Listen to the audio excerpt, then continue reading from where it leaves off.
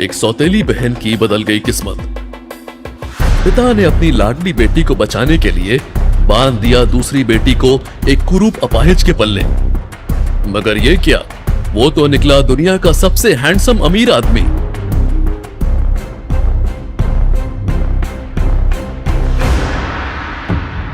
तो ये मत समझना कि तेरी शादी हो गई है तो तू मुझसे बच गई। तेरा वो हश्र करूंगी मैं जिससे तेरा इंसानियत पे से भरोसा उठ जाएगा। आरोही के पास चुपचाप सुनने के अलावा कोई चारा भी नहीं था। अब वहां जाकर कोई नाटक ना करना। जब तक तेरा पति विक्रम मुझे कॉन्ट्रैक्ट नहीं दे देता तब तक। अगर तेरी वजह से कुछ भी गड़बड़ हुई तो तू तेरी माँ का चेहरा कभी नहीं देख पाएगी। आरोही ने अपने पिता की बात भी सुन ली। सौतेली बहन और पिता के बाद अब बारी थी सौतेली माँ की। देख बेटा, वहां जाके हमें भूल मत जाना, हा? और ससुराल में जो कुछ भी मिले ना तुरंत हमें भेज देना, वरना तुझे तो पता ही है क्या हाल होगा, है ना बच्चे? शादी के बाद आरोही अपने पति विक्रम के अंधेरे कमरे में गई। सिर्फ एक लाल रोशनी में विक्रम बेड पर लेटा था तो आरोही उसका चेहरा देखकर हैरान रह गई। वो बहुत खूबसूरत चेहरा था, जैसा लोग कहते थे, बिल्कुल उसके उलट। और आरोही को उसने कुछ पेपर दिए। ये देख आरोही हैरान रह गई। आप हाँ, यही है मेरा असली चेहरा और मैं अपने पैरों पर खड़ा हो सकता हूं। ये लो, इन पेपर्स पर साइन कर दो। ये क्या है? हमारी शादी का कॉन्ट्रैक्ट, 100 दिनों का। कॉन्ट्रैक्ट? शादी का? मैं कुछ समझी नहीं। हाँ, कॉन्ट्रैक्ट। इतना सरप्राइज होने की जरूरत नहीं है, क्योंकि ये बात तुम भी जानती हो कि तुमने ये शादी ना मुझसे प्यार के लिए की है ना मैंने तुमसे। तो साइन करने में कोई प्रॉब्लम नहीं होनी चाहिए। और हाँ, फिक्र मत करो, हमारा ये कॉन्ट्रैक्ट पूरे होते ही मैं तुम्हें इतनी दौलत दूंगा कि तुम्हारी बाकी की जिंदगी बहुत ही ऐशो आराम में कटेगी। क्यों कर रहे हैं आप ये? तुम्हारी इस बात का जवाब नहीं देना चाहता मैं। और हाँ, तुमने मेरे बारे में लोगों से सही सुना। जो इंसान मुझे ज्यादा समझ नहीं आता वो इस दुनिया में ज्यादा दिन टिकता नहीं। Just sign this. डराने की कोशिश कर रहे हैं आप मुझे? कोई जरूरत नहीं है। पेपर साइन करना है ना, मैं कर देती हूँ, लेकिन डर के नहीं, अपनी मर्जी से करती हूँ। और आपने बिल्कुल सही कहा, मुझे भी आपसे शादी नहीं करनी थी, लेकिन जब ये रिश्ता आया मुझे हाँ कहना पड़ा, आपसे शादी करनी पड़ी। इसलिए मुझे कोई रकम देने की जरूरत नहीं है, मैं अपना पेट खुद पाल सकती हूँ। अब बेफिक्र रहिए। सुबह आरोही को उसकी सास इंद्रानी ने उसके मायके भेज दिया शादी के कुछ रस्म के लिए। दूसरी तरफ आरोही की बहन अनन्या आरोही के इंतजार में थी। हेलो राघव, तुम्हारी आरोही आ रही है अकेले रस्म निभाने के लिए। बढ़िया मौका है तुम्हारे पास। मायके पहुंचकर जब आरोही अपने कमरे में पहुंची तो उसके पैरों तले से जमीन सरक गई। राघव, तुम? राघव के सर पर किसी ने पीछे से जोर से वार किया। ये कोई और नहीं, विक्रम था, जो व्हील चेयर पर बैठा था। विक्रम आरोही को राघव से बचाकर अपने घर ले आया, लेकिन जब वो विक्रम के बेडरूम में जाने लगी तभी विक्रम के वफादार चरण ने उसे रोक लिया। आप अंदर नहीं जा सकती। सरकार का हुक्म है कि आप उनके बेडरूम में कभी नहीं जाएंगे। ये सुनते ही आरोही का गुस्सा मानो 7वें आसमान पे पहुंच गया, इसलिए वो अपने आप को रोक नहीं पाई और तीखी आवाज में कहा, ठीक है, नहीं जाऊंगी। मुझे भी कोई शौक नहीं है ऐसे खड़ूस नक्शड़े इंसान के साथ एक ही कमरे में रहने का। ये बताओ कि मैं फिर किस कमरे में रहने वाली हूँ, या फिर मेरे लिए कोई कमरा है या नहीं? इसके बाद चरण आरोही को एक बड़े से बेडरूम में ले गया, जिसे बहुत खूबसूरती से सजाया गया था। आरोही का सारा सामान भी उसी कमरे में रखा हुआ था। चरण वहां से चला गया। आरोही थक चुकी थी, उसने नहाने का फैसला लिया। जब तक आरोही डिनर करने पहुंची तब तक विक्रम लगभग अपना खाना खा चुका था। थोड़ी देर बाद ही वो डिनर टेबल से उठ खड़ा हुआ। तभी आरोही का सेल फोन बजा। हेलो, कल का लंच मेरी तरफ से। किस खुशी में? अरे यार, मेरी जो गांव की जमीन थी ना, वो फाइनली बिक गई है और मुझे बहुत सारे पैसे आए हैं। और तू भी तो मेरी अच्छी दोस्त है, तो बस तेरे साथ लंच करने का मन करा। ठीक है, आ जाऊंगी। और मोहित को भी बुला लो। तू पागल है क्या? पागल मैं नहीं, तू है, जो तुझे इतने टाइम से पता नहीं कि वो तुझसे कब से और कितना प्यार करता है। मेरी शादी हो गई है। हाँ, मुझे पता है तेरी शादी हो गई है, और मुझे ये भी पता है कि तुझसे ये शादी जबरदस्ती करवाई गई है। रिश्ता तो अनन्या के लिए आया था ना। देख, तू मोहित को बुला लेना, लेकिन मैं नहीं आऊंगी। तुम दोनों साथ में लंच कर लेना, ठीक है? अरे यार, तू तो बुरा मान गई यार। अच्छा ठीक है, नो मोहित, सिर्फ तू और मैं। कल आ जाइयो हार्ट ऑफ इटालियंस में 1 o'clock। ओके बाबा, ठीक है। आरोही अगले दिन ठीक 1 बजे हाउस ऑफ इटालियंस पहुंच गई। पूजा आरोही को लेकर अपने रिजर्व टेबल तक पहुंची तो वहां एक प्रेमी जोड़ा खुले आम रोमांस करने में लगा हुआ था, इसलिए आरोही ने उन्हें टोकते हुए कहा, अभी आप लोगों का हो गया हो तो ये टेबल खाली कर दीजिए, अभी हमारी बुकिंग है। और इतना सुनते ही वो प्रेमी जोड़ा अलग हुआ। लेकिन जैसे ही उनके चेहरे पर आरोही की नजर पड़ी तो मानो उसके पैरों तले से जमीन ही खिसक गई। वो चौंकते हुए बोल पड़ी, उत्कर्ष, साक्षी, तुम लोग? हाँ, तुम? इसमें चौंकने वाली क्या बात है? हम तो यहाँ हर हफ्ते आते हैं। वैसे तुम यहाँ क्या कर रही हो? क्योंकि इस जगह आने की तुम्हारी औकात तो है नहीं। साक्षी आरोही की चचेरी बहन थी, जबकि उत्कर्ष आरोही का पहला प्यार। उन दोनों की सगाई भी होने वाली थी, लेकिन सगाई से 1 दिन पहले आरोही ने उसे साक्षी के साथ रोमांस करते पकड़ लिया था, जिसके बाद उनकी सगाई टूट गई थी और तब से उत्कर्ष और साक्षी साथ थे। इंसान को ना सिर्फ अपनी औकात की सोचनी चाहिए, दूसरों की नहीं। अब तुम लोग का हो गया हो ना, तो फटाफट यहाँ से निकलो। दिस इज आवर टेबल, हमने रिजर्व की है। मैनेजर ने उत्कर्ष और साक्षी को टेबल खाली करने को कहा तो उत्कर्ष भड़क उठा। तू मुझे यहाँ से उठ के जाने को कह रहा है? मुझे भूल गया क्या? महीने में 10 बार से ज्यादा आता हूँ यहाँ पे, लाखों रुपए खर्च करता हूँ। क्या चाहते हैं, यहाँ आना बंद कर दूं मैं?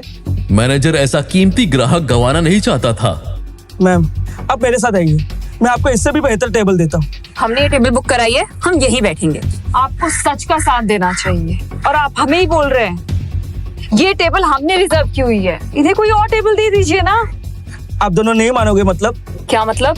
अभी समझाता हूँ। सिक्योरिटी! लेकिन इससे पहले कि वो सुरक्षा गार्ड आरोही और पूजा को छू भी पाते, वहां एक भारी भरकम आवाज गूंजी। क्या हो रहा है यहाँ? आरोही ने पलटकर देखा तो उसकी आंखें बाहर आ गई, क्योंकि ये आवाज किसी और की नहीं बल्कि विक्रम की थी, और उसके बगल में खड़ी थी आरोही की बहन अनन्या। विक्रम ने मैनेजर को बुलाया, जो विक्रम के डर से मानो कांप रहा था। तभी अनन्या ने कुछ ऐसा कहा जिसे सुनकर आरोही के कानों में जोर की हलचल पैदा हो गई। राजवीर, इसमें सदाकांत की क्या गलती थी? ये आरोही और साक्षी दोनों मेरी बहन हैं और उनकी बचपन से कभी नहीं बनी। अनन्या के मुंह से विक्रम की जगह राजवीर सुनकर आरोही और भी हैरान हो गई। फिर विक्रम ने वहां खड़े एक वेटर से कहा, आज से तुम यहाँ के नए मैनेजर, और यहाँ सबके लिए एक समान रूल्स है। इसके बाद जहां विक्रम अनन्या के साथ वीआईपी सेक्शन में चला गया, वहीं साक्षी और उत्कर्ष से खाली कराई गई टेबल पर पूजा और आरोही खाना खाने लगे। लेकिन साक्षी और उत्कर्ष वहां से गए नहीं थे।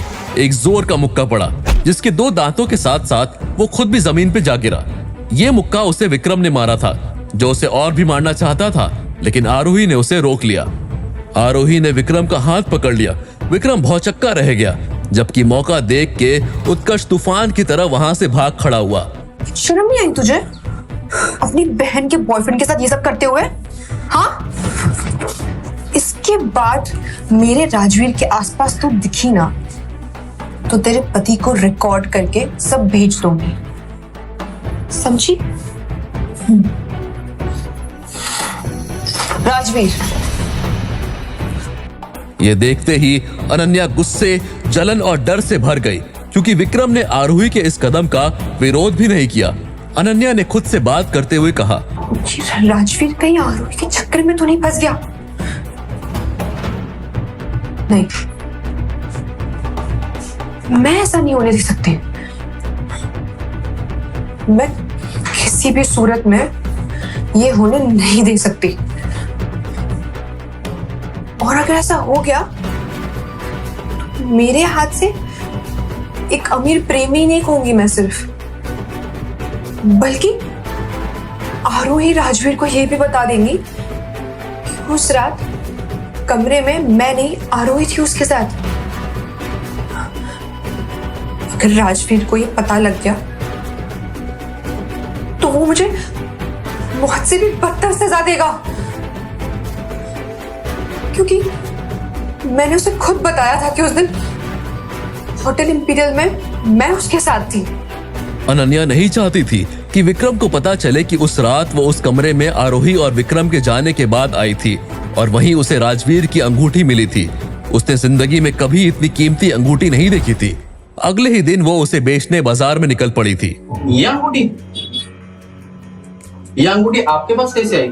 ये तो मालूम है बहुत कीमती है, मुझे मेरे प्रिंस ने दी थी, मतलब मेरा बॉयफ्रेंड, और कहा था कि अगर जरूरत पड़े तो अंगूठी बेच देना, बहुत ज्यादा पैसे आएंगे जिससे जिंदगी ऐश से कटेगी।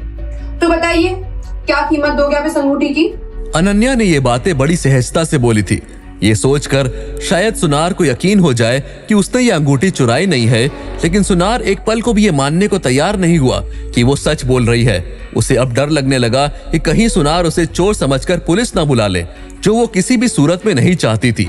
इसलिए उसने एक झटके से वो अंगूठी सुनार से वापस छीन ली और कहा, खैर छोड़िए, मुझे नहीं लगता आपकी दुकान में इतने पैसे हैं कि अंगूठी खरीद सके आप। मैं कहीं और दुकान में पूछ लूं। शुक्रिया।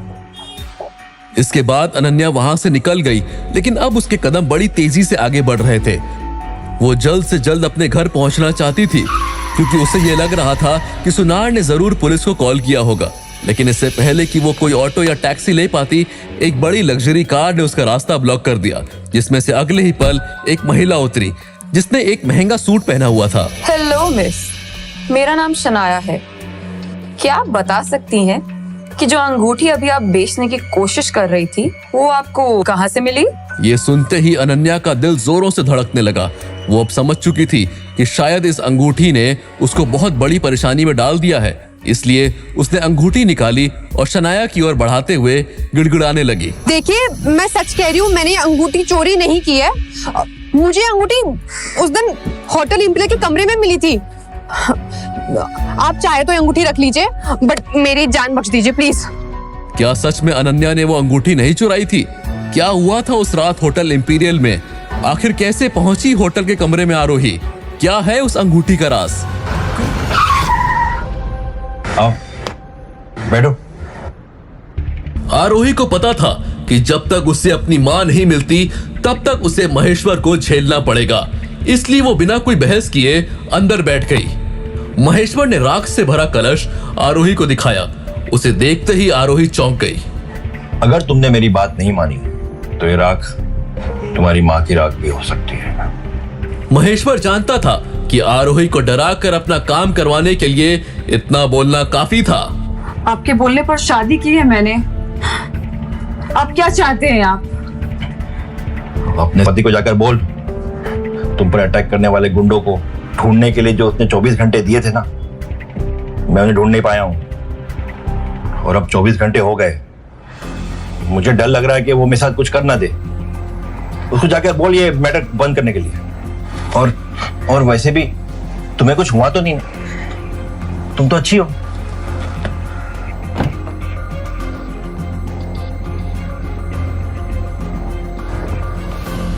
अगर तुम अपनी माँ को सलामत देखना चाहती हो तो जो मैं कहूंगा वो तुम्हें करना होगा। आरोही को किसी भी हाल में अपनी माँ को सेफ रखना था। आखिरकार इस पूरी दुनिया में वही एक उसकी अपनी थी। इसलिए आरोही के पास महेश्वर की बात मानने के अलावा और कोई ऑप्शन बाकी नहीं था। परेशान आरोही सीधा घर चली गई, क्योंकि वो जल्द से जल्द विक्रम से कांटेक्ट करना चाहती थी। लेकिन घर आने के बाद उसे नौकरों से पता चला कि विक्रम अभी घर नहीं आया था। आरोही को एहसास हुआ कि उसकी और विक्रम की शादी को 2 दिन हो गए, लेकिन उसके पास विक्रम का नंबर तक नहीं है। आरोही ने घर के नौकरों से नंबर लेना चाहा, लेकिन किसी भी नौकर के पास विक्रम का नंबर नहीं था। आरोही को याद आया कि चरण विक्रम का सबसे वफादार नौकर है। उसके पास जरूर उसका नंबर होगा। लेकिन चरण के बारे में पता करने पर आरोही को पता चला कि वो भी किसी काम से बाहर गया हुआ था। उसके पास अब और कोई ऑप्शन नहीं था, इसलिए उसने अपनी बहन अनन्या को कॉल किया। अनन्या, राजवीर है क्या तुम्हारे साथ? शर्म बची है थोड़ी आरोही तुम में? इतना सब करने के बाद तुम राजवीर के लिए फोन कर रही हो? बेशर्म। अनन्या को इस तरह से बातें करता सुन राजवीर ने अनन्या के हाथ से मोबाइल ले लिया। अनन्या, मुझे बस ये जानना। आरोही ने जैसे ही फोन पर राजवीर यानी अपने पति विक्रम की आवाज सुनी, वो 2 सेकंड के लिए कहीं खो गई। क्या काम है, बोलो। आरोही पहली बार फोन पर विक्रम की आवाज सुन रही थी और ये आवाज उसे बहुत अट्रैक्ट कर रही थी। राजवीर, कुछ इम्पोर्टेंट बात करनी थी। अभी भेजियो, शाम को घर आकर बात करूंगा। विक्रम की बात सुनकर आरोही ने बिना कोई बहस किए फोन रख दिया। वो सोचने लगी कि विक्रम को कन्विंस कैसे करेगी। काफी देर तक सोचने के बाद उसे ख्याल आया कि क्यों ना वो विक्रम के लिए उसका मनपसंद खाना बनाए। शायद इस बात से खुश होकर वो उसकी बात मान जाए। विक्रम के आने से पहले आरोही ने पूरा खाना बनाकर उसे अच्छे तरीके से डाइनिंग टेबल पर सजा दिया।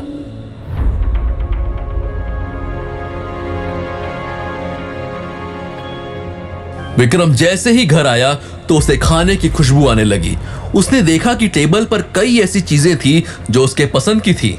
उसने अपने नौकरों से पूछा, खाना किसने बनाया? तो सारे नौकरों ने अपनी आंखों से आरोही की तरफ इशारा किया। विक्रम जल्दी से फ्रेश होकर खाने की टेबल पर बैठ गया और खाने पर टूट पड़ा। बहुत दिनों बाद विक्रम को ऐसा लगा कि उसने घर का खाना खाया था।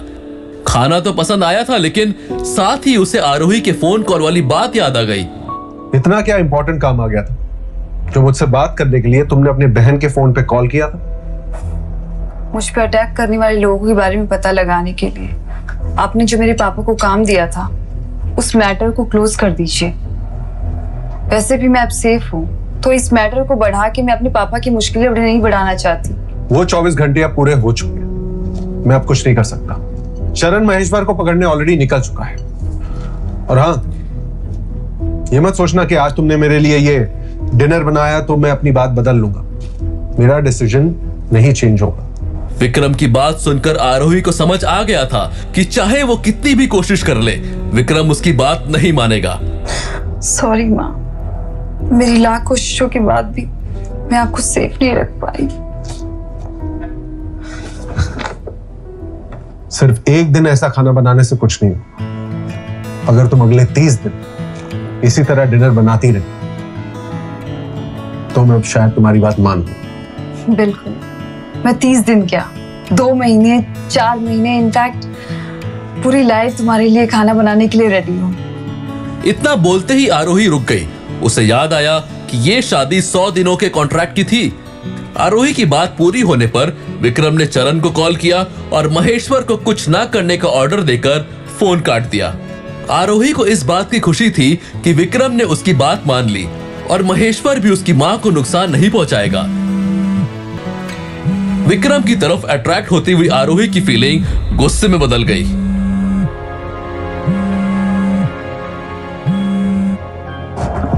हेलो, मैंने तुम्हें कितनी बार बोला है ऐसी कभी भी मुझे कॉल मत किया कर। राजवीर, मैं तुम्हें बहुत मिस कर रही हूँ और मेरी तबीयत भी ठीक नहीं लग रही।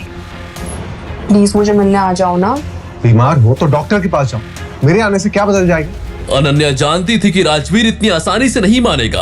राजवीर, तुम्हें याद है जब मैंने अपनी जान पर खेलकर तुम्हारी जान बचाई थी? तब से भी तबीयत ठीक नहीं रहती, बुखार आते जाते रहता है मुझे। और देखो, आज भी मुझे बुखार आया हुआ है, तब रही हूं मैं बुखार में। अनन्या की बात सुनकर विक्रम उसकी बात मानने के लिए मजबूर हो गया, क्योंकि उसे अभी भी लगता है कि उस रात अनन्या ने ही उसकी जान बचाई थी। विक्रम अनन्या से मिलने के लिए रेडी हो गया। जब उसने अनन्या से पूछा कि उसे कहां मिलने आना है, तो अनन्या ने उसे होटल पर्ल के रूम नंबर 501 में आने को कहा। हेलो डॉक्टर मोहित। आरोही, जल्द से जल्द हमें पर्ल होटल जाना होगा। हमारे रेगुलर कस्टमर शर्मा जी वहाँ पर हैं और उनकी तबीयत बहुत ज्यादा खराब हो गई है। उन्हें एक्यूपंक्चर की इंजेक्शन तुम ही दे पाती हो, इसलिए तुम्हें भी मेरे साथ वहाँ जाना होगा। ओके डॉक्टर मोहित, मैं अभी आती हूँ। आरोही अपने काम को लेकर बहुत सीरियस थी, क्योंकि वो किसी का एहसान लेना पसंद नहीं करती थी और यही काम उसके लिए एक इनकम का जरिया था। आरोही इस बात से अनजान थी कि उसका पति विक्रम और अनन्या भी इसी होटल में मिलने वाले थे। आरोही ने मोहित से पेशेंट का रूम नंबर पूछा तो मोहित ने बताया कि वो 502 में रुके हुए हैं। दोनों सीधा पेशेंट के पास गए। अपने काम में एक्सपर्ट आरोही ने अच्छी तरह से पेशेंट की ट्रीटमेंट की। इंजेक्शन के लगते ही पेशेंट की हालत में थोड़ा सुधार आया।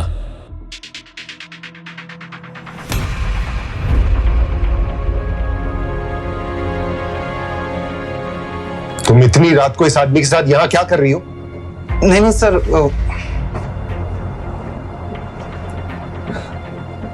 हर कोई एक जैसा नहीं होता और न ही एक ही मकसद से कहीं आता है। आप जो यहाँ करने आए थे, मैं वो करने तो यहाँ बिल्कुल नहीं आई थी। आरोही के मन में कई बातें चल रही थी। अभी थोड़ी देर पहले बैठकर मेरे साथ खाना खा रहे थे और अभी मेरी बहन के पास आ गए। उसे बुरा भी लग रहा था और गुस्सा भी आ रहा था। हालांकि उसे पता था कि विक्रम से सफाई मांगने का उसके पास हक बिल्कुल नहीं है।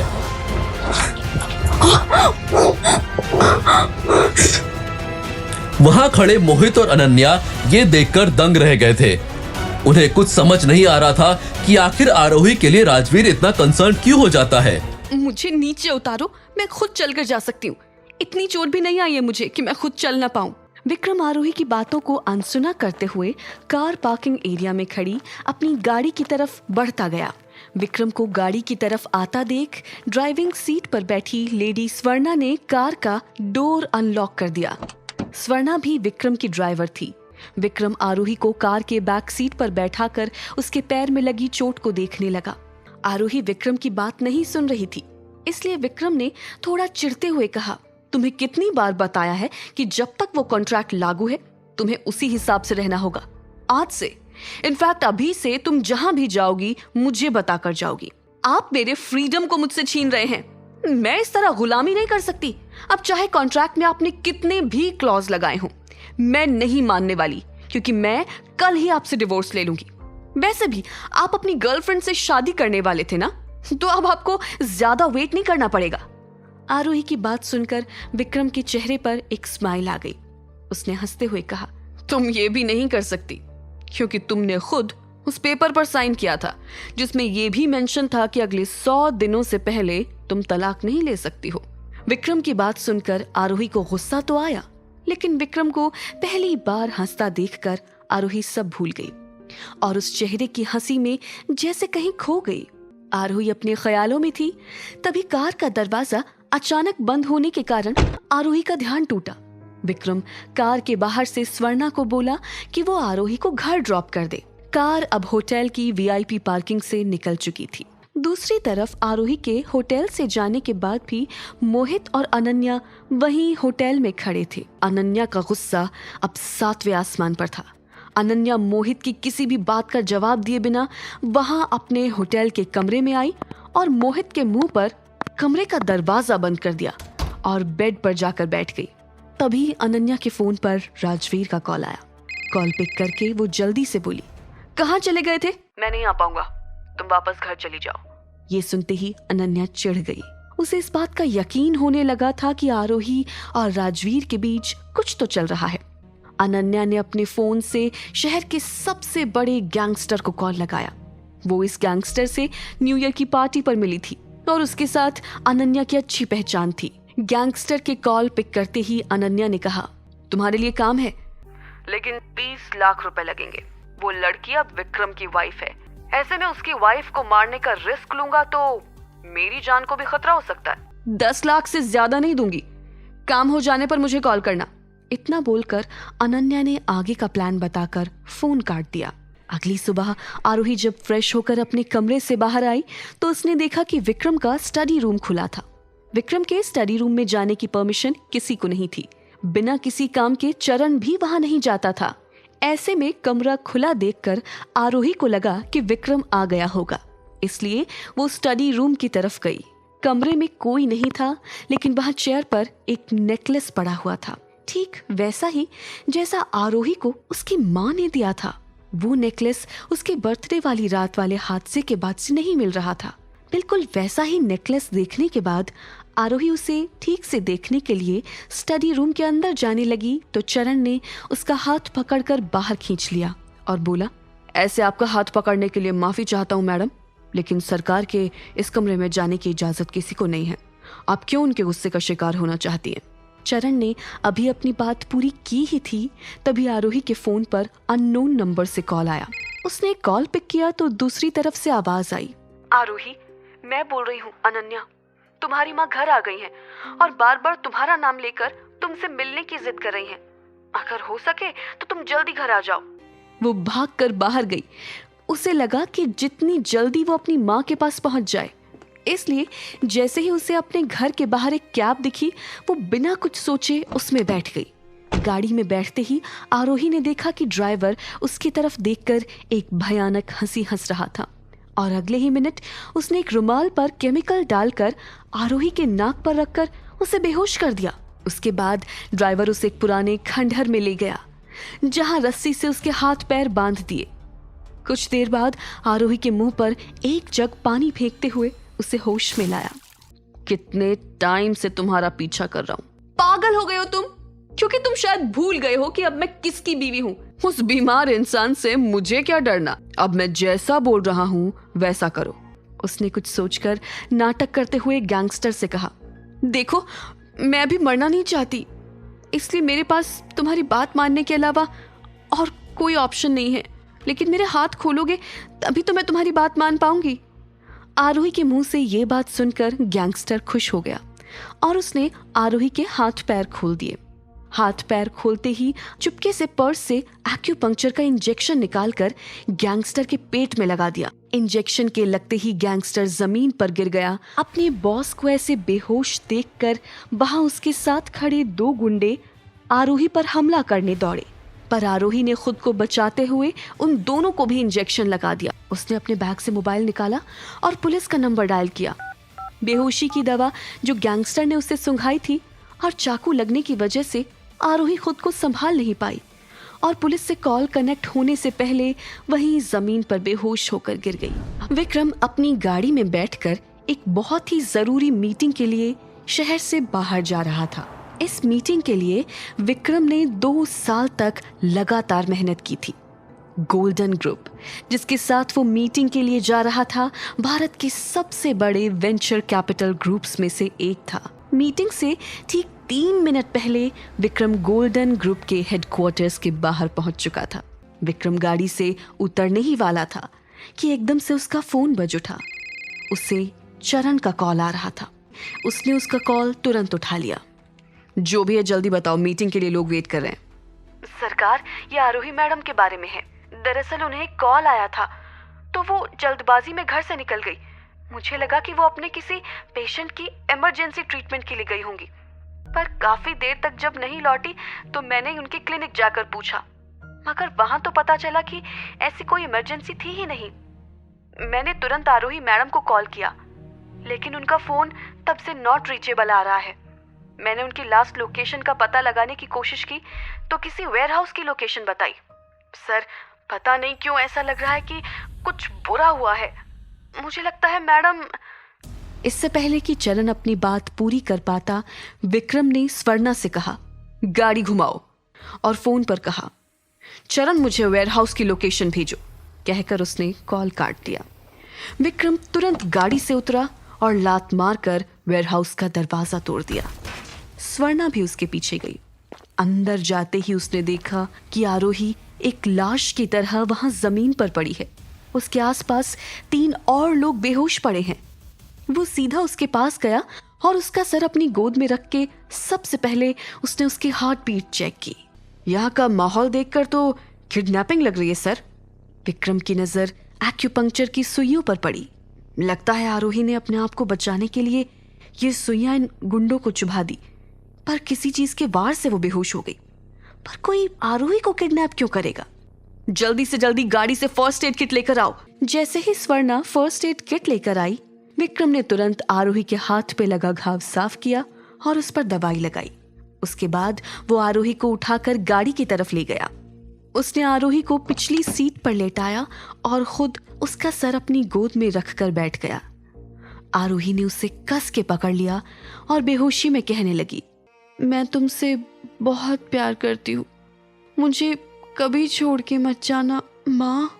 ये कह के उसने विक्रम को और कस के पकड़ लिया। घर पहुंचते ही विक्रम आरोही को अपनी गोद में उठाकर अपने कमरे तक ले गया और बिस्तर पे सुला दिया। फिर वो बिस्तर के पास जाके बैठ गया और जैसे दुआ करने लगा कि आरोही उठ जाए। इतने में चरण दरवाजे पे आया और बोला, सरकार, जिन लोगों ने आरोही मैडम को किडनैप किया था उन्हें उठा लाया हूँ, बेसमेंट में बेहोश पड़े हैं, फिलहाल कुछ नहीं। जी सरकार, कह के चरण चला गया। विक्रम वहीं आरोही को देखते हुए बैठा रहा। थोड़ी देर में आरोही को होश आया। उसने तुरंत फोन उठाया और अनन्या को कॉल किया। कौन बोल रहा है? अनन्या ने फोन उठाते ही पूछा। मुझे पता था तू बहुत ही ज्यादा घटिया इंसान है, पर इतनी गिरी हुई हरकत करेगी ये मैंने कभी नहीं सोचा था। किस बारे में बात कर रही हो तुम? अनन्या, तू भी जानती है कि मैं क्या बात कर रही हूँ। मैंने पिछले महीने ही तुझे उस गुंडे के साथ देखा था जिसने मुझे मारने की कोशिश की। अपनी लाइफ की हर प्रॉब्लम का ब्लेम मुझ पे डालना छोड़ दे आरोही, कुछ नहीं मिलेगा इससे। और फोन काट दिया। तुम्हें कैसे पता चला कि ये सब अनन्या ने किया है? 14 सालों से जानती हूँ मैं उसे। थोड़ी देर वेट करते हैं, वो गुंडे होश में आएंगे तो उनसे पूछताछ करते हैं, सब सच पता चल जाएगा। चलो चल के खाना खा लेते हैं, चोट और दवाइयों के कारण वीकनेस आ रही होगी, विक्रम ने आरोही से कहा। और फिर वो उसे डिनर टेबल तक ले गया। तुम बेहोशी में बार बार अपनी माँ का नाम ले रही थी, मुझे लगता है तुम्हारी अपनी फैमिली से बनती नहीं है। फिर ये वो मेरी सौतेली माँ है। मेरी सगी माँ को सालों पहले मेंटल फैसिलिटी में डाल दिया था। कुछ महीनों पहले वो गायब हो गई। जब आपका शादी का रिश्ता आया, मेरे पापा ने मेरे आगे यही शर्त रखी थी कि अगर मैं शादी के लिए हाँ कर देती हूँ तो वो मुझे मेरी माँ से मिलवाएंगे, पर शादी होते ही वो मुकर गए। अब तो बस ऐसा लगता है कि वो अपना काम निकलवाने के लिए मेरा इस्तेमाल करते हैं। माँ से मिलाने के लिए शादी की शर्त क्यों? मेरे बाप को बस अपने पर्सनल फायदे से मतलब है। जब उन्हें पता चला कि रायजादा खानदान से रिश्ता आया है, उन्हें लगा कि मेरी शादी हो जाएगी तो आपसे प्रोजेक्ट मिलने के चांसेस बढ़ जाएंगे। ये सुन के विक्रम को लगा कि उसके और आरोही के बीच में कितनी सिमिलैरिटीज हैं। चरण तेजी से अंदर आया और विक्रम के पास खड़े होकर बोला, महेश्वर के साथ हमारी जिस प्रोजेक्ट की बात चल रही थी, पर सरकार वो 100 करोड़ की डील है। और आप जानते हैं कि महेश्वर, हाँ जानता हूं कि शायद महेश्वर ये प्रोजेक्ट हैंडल ना कर पाए, पर तुमसे जितना कहा जा रहा है उतना करो। अगले दिन विक्रम सुबह जल्दी उठकर अपनी लाइब्रेरी में बैठकर कुछ पढ़ते हुए चाय पी रहा था, जब चरण तेजी से लाइब्रेरी में आया और बोला, सरकार, उन गुंडों ने बता दिया है कि आरोही मैडम पे हुए हमले के पीछे कौन है। कौन? वही जिसका डर था, आरोही मैडम की बहन अनन्या। आरोही अपने कमरे में आराम कर रही थी जब चरण उसके पास आया। मेरे साथ चलिए मैडम। चरण की आवाज सुन के ऐसा लग रहा था जैसे वो हड़बड़ी में है। आरोही उसके साथ चल दी। जैसे ही घर के बेसमेंट में पहुंची, उसने देखा कि विक्रम भी वहां मौजूद था। वो 3 गुंडे जिन्होंने उसको मारने की कोशिश की थी, घुटनों के बल जमीन पर बैठे हुए थे। मैडम, हमें प्लीज माफ कर दो, हम ये गलती फिर कभी नहीं करेंगे। हम कभी तुम्हारी तरफ आंख उठा के भी नहीं देखेंगे, पर प्लीज हमें माफ कर दो। ठीक है, आरोही ने कहा, मैं तुम्हें माफ कर दूंगी। बस मुझे इतना बताओ कि ये तुमने किसके कहने पर किया? हमने तो जो कुछ किया आपकी बहन अनन्या के कहने पे किया। उसकी इस बात से आरोही का शक यकीन में बदल गया। आप क्या कहते हैं, इनके साथ क्या करना चाहिए? जो तुम्हें ठीक लगे वो ही करना चाहिए। वैसे इन सब की मास्टरमाइंड तो अनन्या है, उसके साथ क्या करेंगे? विक्रम ने अनन्या के मेंशन पर नजरें चुरा ली। तो जिसने इनसे ये सब करवाया है वो तो इससे भी बुरा डिजर्व करती है ना। मैं अनन्या के साथ ऐसा बर्ताव नहीं कर सकता। वाह, क्या हिपोक्रेसी है ये। कोई और आपकी बीवी की तरफ आंख उठाकर भी देखे तो आपको गुस्सा आ जाता है, पर आपकी गर्लफ्रेंड अनन्या उसे मारने की कोशिश करे तो आपके मुंह से चू तक नहीं निकलती। मुझे आज तक लगता था कि आप इंसान जैसे भी हो कायर नहीं है। आज वो भी गलत साबित हो गया। वो बेसमेंट से निकलकर सीधा घर से बाहर चली गई। सारी बातों से ध्यान हटाने के लिए उसने अपने क्लिनिक जाना ठीक समझा। विक्रम ने वहां से निकल के अनन्या को कॉल किया।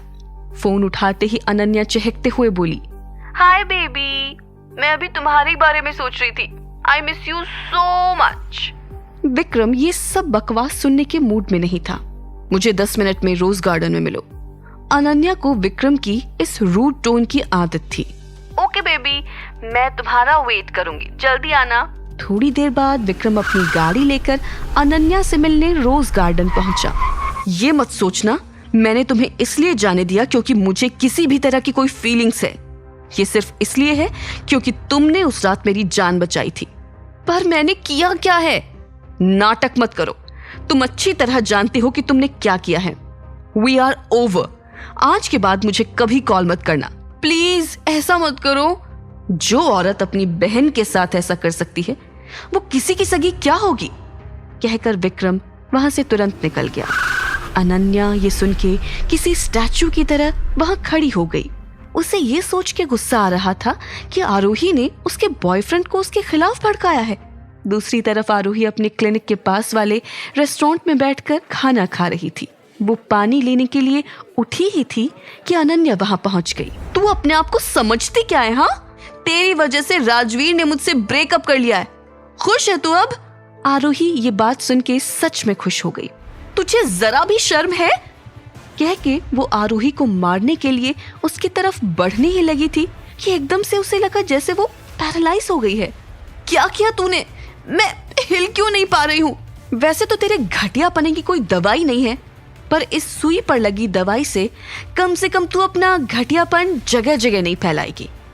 आरोही ने उसे अपनी एक्यूपंक्चर वाली सुई दिखाते हुए कहा। अब तक विक्रम अपनी गाड़ी में वहां आ चुका था। उसने दोनों को लड़ते हुए देखा।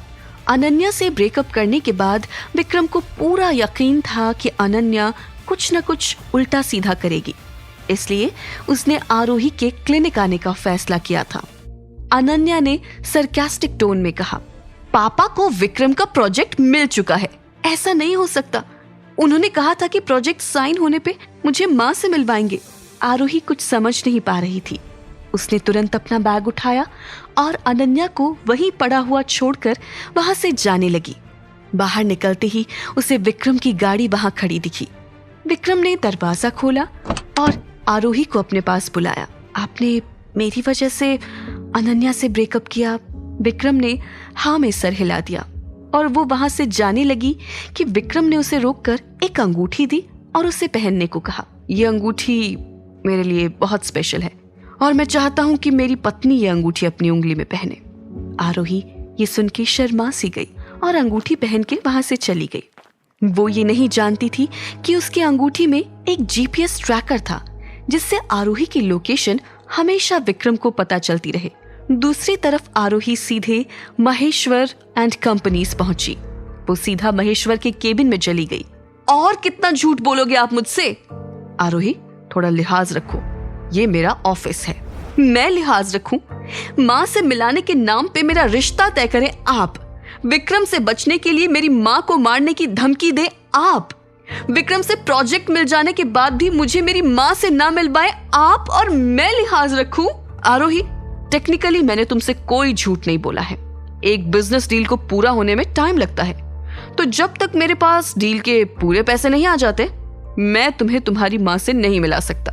मेरा हो गया है आपकी झूठ सुन सुन के। अरे मैं कैसे मान लूं कि आप अब भी झूठ नहीं बोल रहे हैं? ठीक है, मैं तुम्हें तुम्हारी माँ से मिलवा दूंगा ताकि तुम श्योर हो जाओ कि वो सही सलामत मेरे पास है, पर तुम उसे अपने साथ तभी ले जाओगी जब मेरी डील पूरी हो जाएगी, ठीक है?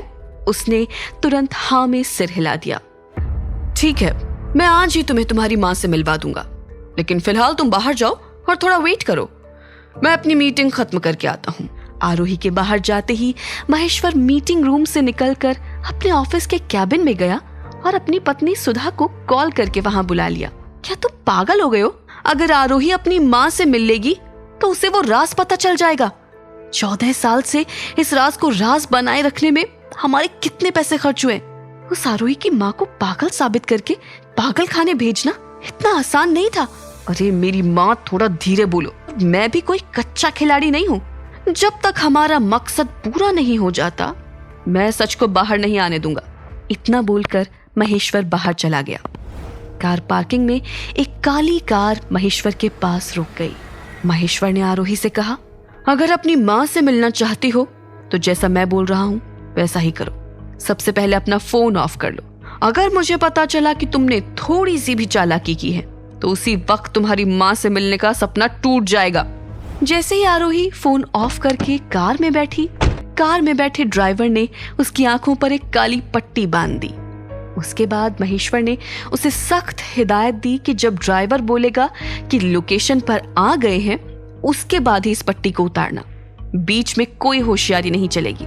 विक्रम की दी हुई अंगूठी न सिर्फ महंगी थी, बल्कि ये एक हाई टेक डिवाइस थी जिससे आरोही के लोकेशन का अपडेट विक्रम अपने मोबाइल पर देख सकता था। विक्रम ने जब अपने मोबाइल पर आरोही का लोकेशन देखा कि वो घर आने की जगह कहीं और जा रही थी, तो तुरंत अपने ड्राइवर स्वर्णा के साथ आरोही के अपडेटेड लोकेशन का पीछा करने लगा। हम तुम्हारी माँ के पास आ चुके हैं। इस घर में फिलहाल तुम्हारी माँ रहती है। गाड़ी से उतरकर वो सीधे उस छोटी सी झोपड़ी की तरफ बढ़ गई। वहां पहुंचकर जैसे ही उसने दरवाजा खोला तो देखा उसकी माँ लता बिस्तर पर बैठी हुई थी। महेश्वर भी दाखिल हुआ। अपने सामने महेश्वर को देखकर लता डरते हुए बोली, तुम जाओ यहाँ से, यहाँ मत आओ। तुम अपनी माँ से इतने दिनों बाद मिली हो तो उसके साथ बात करो, मैं डिस्टर्ब नहीं करूंगा। इतना बोलकर महेश्वर बाहर चला गया और निकलते हुए कमरे का दरवाजा बंद कर गया। अब आरोही खुद पर काबू नहीं कर पाई और लता के गले लग गई। कौन हो तुम? उसने रोते हुए कहा। माँ, मैं आपकी बेटी आरोही हूँ। ये सुनते ही लता के चेहरे पर खुशी के हाव भाव आ गए। उसने कसकर अपनी बेटी आरोही को पकड़ लिया और रोने लगी। आरोही, कोई दरवाजा नॉक कर रहा है। ये तुम्हारे पापा होंगे। डरो मत, वो तुम्हें या मुझे कोई नुकसान नहीं पहुंचाएंगे। वो पक्का हम दोनों को लेने यहाँ आए होंगे। थोड़ी देर तक लता आरोही के साथ अजीब अजीब सी बातें करती रही और फिर अचानक बहुत नर्वस हो गई और उसने अपनी कांपती हुई आवाज में अपनी बात जारी रखी और आरोही से कहा, आरोही बेटी, तुम्हें उस महेश्वर से बच के रहना चाहिए। वो हम दोनों को मार देगा। लता इससे पहले कि और कुछ बोल पाती, महेश्वर ने लात मारकर दरवाजा खोल दिया और आरोही की तरफ देखकर बोला, चलो, मुलाकात का वक्त खत्म हुआ। माँ, मुझे अभी जाना होगा, लेकिन मैं जल्द ही आपको लेने वापस आऊंगी। मैं बस आपको किसी भी हाल में सेफ देखना चाहती हूँ। न चाहते हुए भी वो चुपचाप महेश्वर के साथ कार के पास चली गई।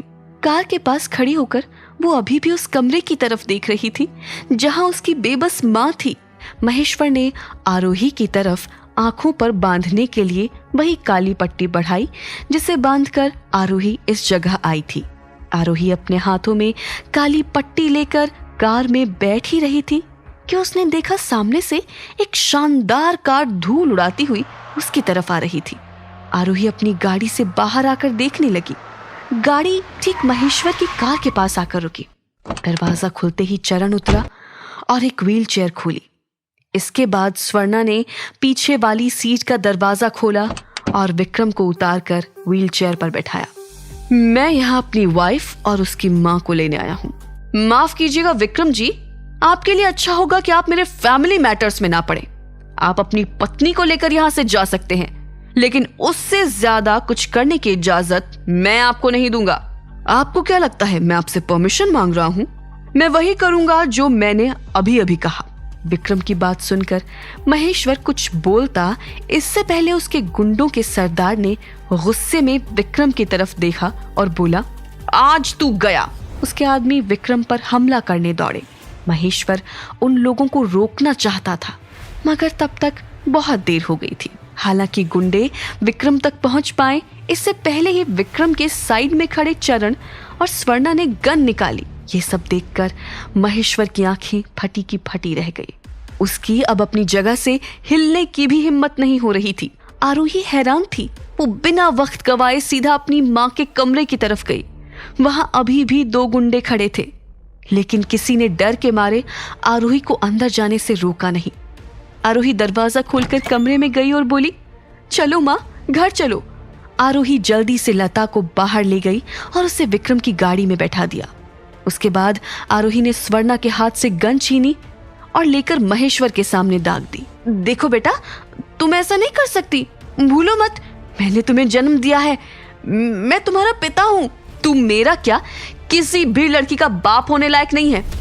आरोही ने बिना अपनी पलक झपकाए महेश्वर से कहा, तुमने मेरे और मेरी माँ के साथ जो किया, उसके लिए अगर मैं आज तुम्हारी जान भी ले लूं तो मुझे पाप नहीं लगेगा। लेकिन मैं तुम्हारी तरह हैवान नहीं हूं, इसलिए आज मैं तुम्हारी जान बख्श रही हूं। लेकिन आज से मेरा और माँ का तुमसे कोई रिश्ता नहीं है। इतना बोलकर आरोही सीधा कार में अपनी माँ के पास आकर बैठ गई। आरोही के कार में बैठते ही विक्रम ने चरण की तरफ इशारा किया और चरण ने व्हीलचेयर पर बैठे विक्रम को कार में बैठने में मदद की। विक्रम को कार में बैठता देखकर लता ने आरोही से पूछा, ये कौन है और ये हमारे साथ क्यों बैठ रहा है? ये आपकी बेटी के पति हैं, आपकी बेटी की शादी हो चुकी है। लता फिर बड़बड़ाने लगी, बेटा दरवाजा बंद कर लो वरना बिल्ली आ जाएगी। कुछ ही देर में आरोही और लता बातें करते करते गाड़ी में ही सो गए। महेश्वर के साथ मेरी कंपनी जो प्रोजेक्ट करने वाली थी उसे कैंसिल कर दो और उस तक मेरा ये मैसेज पहुंचा दो कि आज तक उसे इस कंपनी से जो भी बेनिफिट मिल रहे थे वो अब नहीं मिलेंगे। ठीक है, आप सभी को घर पहुंचाने के बाद मैं सारे पेपर्स रेडी करवा देती हूँ। कुछ ही देर में सब घर पहुंच गए। स्वर्णा ने आरोही को जगाया। आरोही ने देखा कि विक्रम वहां नहीं था और उसकी माँ वहीं सो रही थी। दवाई के असर की वजह से लता की नींद गहरी थी, इसलिए आरोही ने स्वर्णा और चरण के साथ मिलकर लता को कमरे में ले जाकर सुला दिया। सरकार ने कहा है कि आज से आपकी माँ इसी कमरे में रहेगी, ठीक आपके कमरे के पास। और मैडम, अब आपको डरने की भी जरूरत नहीं है, आपकी माँ अब आपके घर में सेफ है। इतना बोलकर चरण अपने काम में लग गया। आरोही कमरे का दरवाजा बंद करके विक्रम के पास फर्स्ट फ्लोर पर चली गई। आरोही 2 कदम विक्रम की तरफ बढ़ के बोली, आपने मेरी माँ की जान बचाई, उसके लिए थैंक यू। मैं आपका ये एहसान कभी नहीं भूलूंगी। फ्यूचर में कभी भी अगर आपको मेरी हेल्प की जरूरत होगी तो मैं हमेशा आपकी मदद के लिए तैयार रहूंगी। खुद को कभी अकेली मत समझना, तुम मुझे और मेरी माँ को अपनी फैमिली मान सकती हो। विक्रम की इस बात से आरोही के चेहरे पर हंसी आ गई और वो विक्रम को फिर एक बार थैंक यू बोलकर वहां से चली गई। जैसे ही वो अपने कमरे के दरवाजे तक पहुंची, उसके कदम चक्कर आने से लड़खड़ा गए और उसने वही उल्टी कर दी। आरोही की ये हालत फर्स्ट फ्लोर से ऊपर आते चरण ने देख ली। वो भागता हुआ आरोही के पास आया और बोला, मैडम, ये 3री बार आपको ऐसे उल्टी होते देख रहा हूँ, आपकी तबीयत तो ठीक है ना? ऐसी कोई बड़ी बात नहीं है, शायद थकान और स्ट्रेस की वजह से हो रहा होगा। आरोही की बात सुनकर चरण वहां से चला गया। आरोही अपने कमरे के दरवाजे पर खड़ी थी। उसने देखा कि विक्रम अपने कमरे में जाने की जगह अपने स्टडी रूम में जा रहा था। उसने वहां जाकर दरवाजा अंदर से बंद कर दिया। विक्रम स्टडी रूम में रखे उसी नेकलेस को देख रहा था जो उस रात उस लड़की के पास से मिली थी जिसने उसकी जान बचाई थी। जब भी मैं इस नेकलेस के करीब आता हूँ, मुझे इस नेकलेस से वैसी ही खुशबू आती है जैसी खुशबू मुझे आरोही के करीब जाने पर आती है।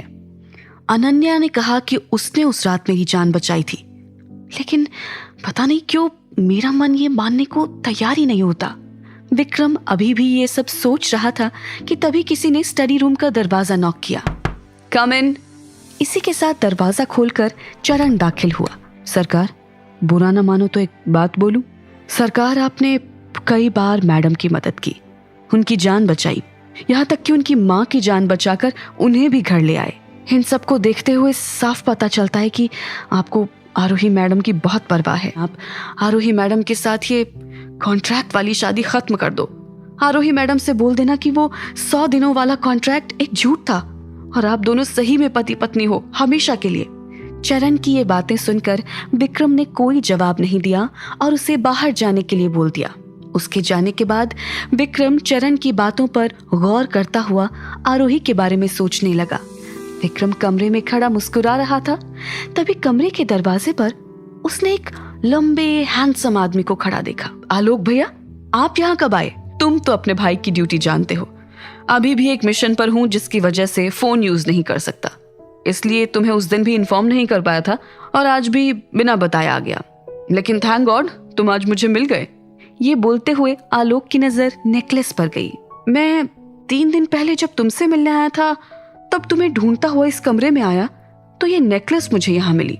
मुझे ये काफी जानी पहचानी लग रही थी। उस दिन तो मुझे ठीक से याद नहीं आ रहा था, लेकिन बाद में जब याद आया तो मैंने सोचा तुम्हें बता दूं। दरअसल ये नेकलेस हमारे सूर्यकांत जी की थी, जिसने मरने से पहले इस नेकलेस को उस लेडी को दे दिया था जिसने उनकी एक बार जान बचाई थी। वो उनसे बहुत प्यार करते थे, लेकिन काम के कारण सूर्यकांत जी को कुछ दिन के लिए कहीं बाहर जाना पड़ा और जब वो वापस आए तो उस औरत ने किसी और से शादी कर ली थी और उसकी एक बेटी भी थी। उसके बाद सूर्यकांत जी ने कभी शादी नहीं की, लेकिन मरते समय बोलकर गए कि अगर कभी ऐसा कुछ हो कि उस लेडी की बेटी हमसे मिले तो उससे शादी कर लेना। ये सूर्यकांत जी की आखिरी इच्छा थी। ये भगवान का इशारा है कि तुम इस नेकलेस वाली लड़की से मिले और उसने तुम्हारी जान बचाई। अपने सूर्यकांत जी की आखिरी इच्छा पूरी करने के लिए और उस लड़की के एहसानों का बदला चुकाने के लिए तुम्हें उससे शादी कर लेनी चाहिए। आलोक ने ये कहा ही था कि उसका फोन बजा। सॉरी यार, एक अर्जेंट काम आ गया है, जाना पड़ेगा, बाद में मिलता हूँ। विक्रम के लिए सूर्यकांत की आखिरी इच्छा भी बहुत इंपॉर्टेंट थी।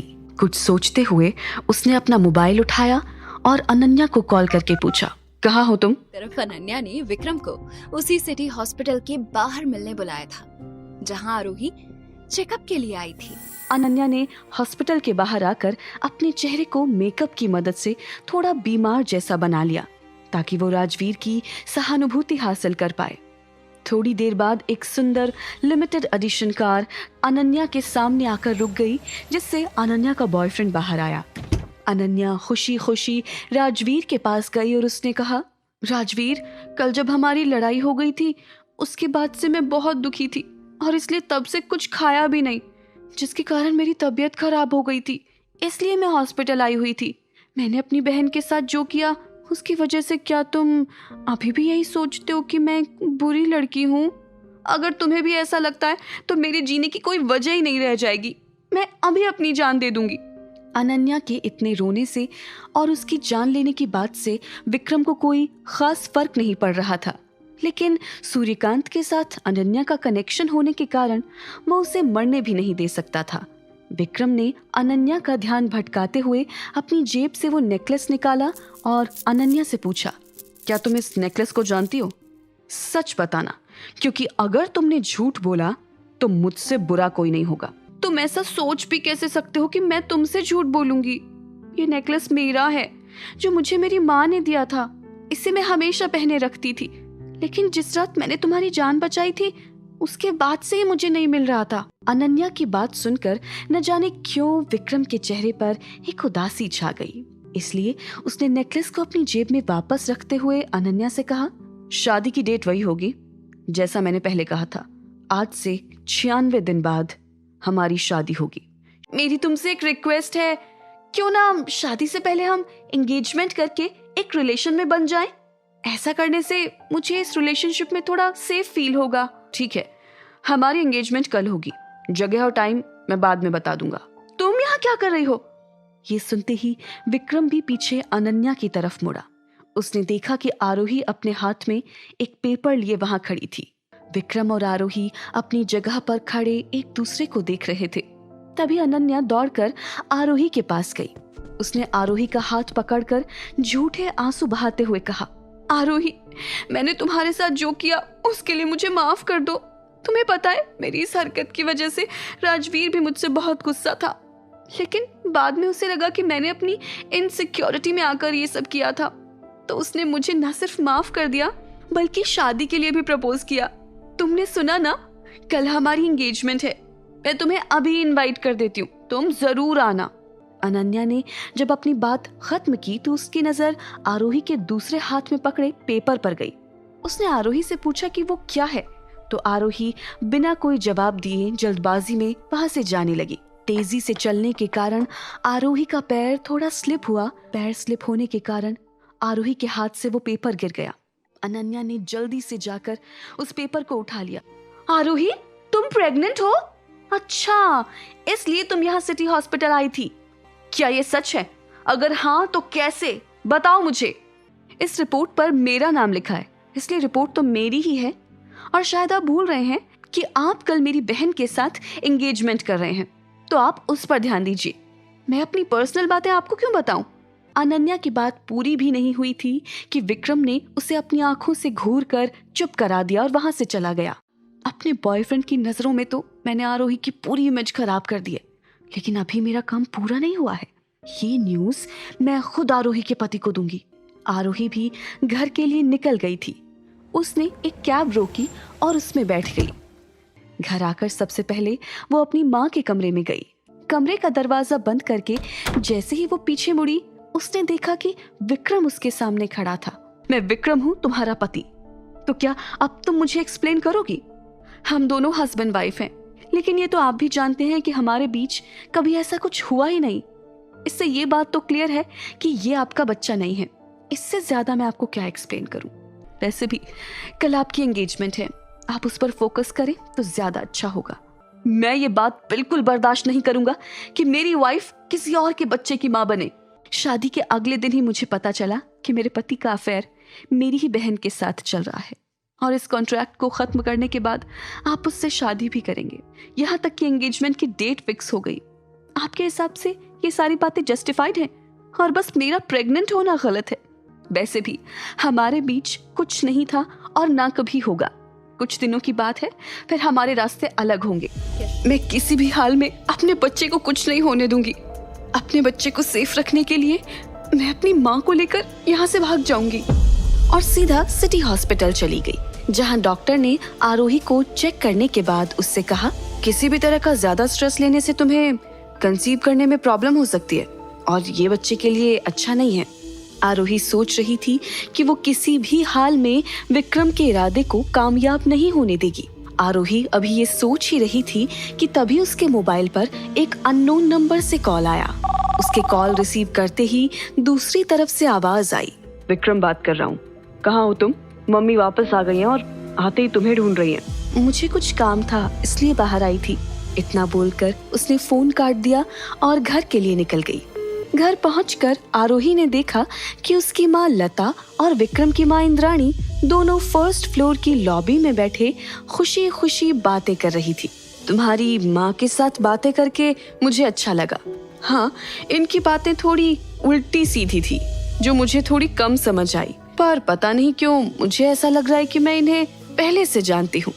क्या मैं आपको जानती हूँ? भूल गए आप? अभी हमने अपना रिश्ता बनाया था, जिसमें हम दोनों बहनें हैं और मैं आपकी बड़ी बहन हूँ। विक्रम भी वहीं व्हीलचेयर पर बैठा इन तीनों की बातें सुन रहा था और खुद से बातें करते हुए बोला, आज बहुत दिनों बाद ये घर थोड़ा घर जैसा लग रहा है।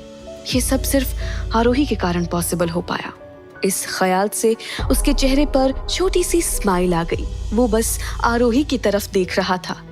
आरोही को विक्रम की माँ ने एक पेंडेंट निकाल कर दिया और कहा, इसे पहन लो, भगवान तुम्हारी रक्षा करेंगे। बिना कुछ बोले उसने पेंडेंट पहन लिया।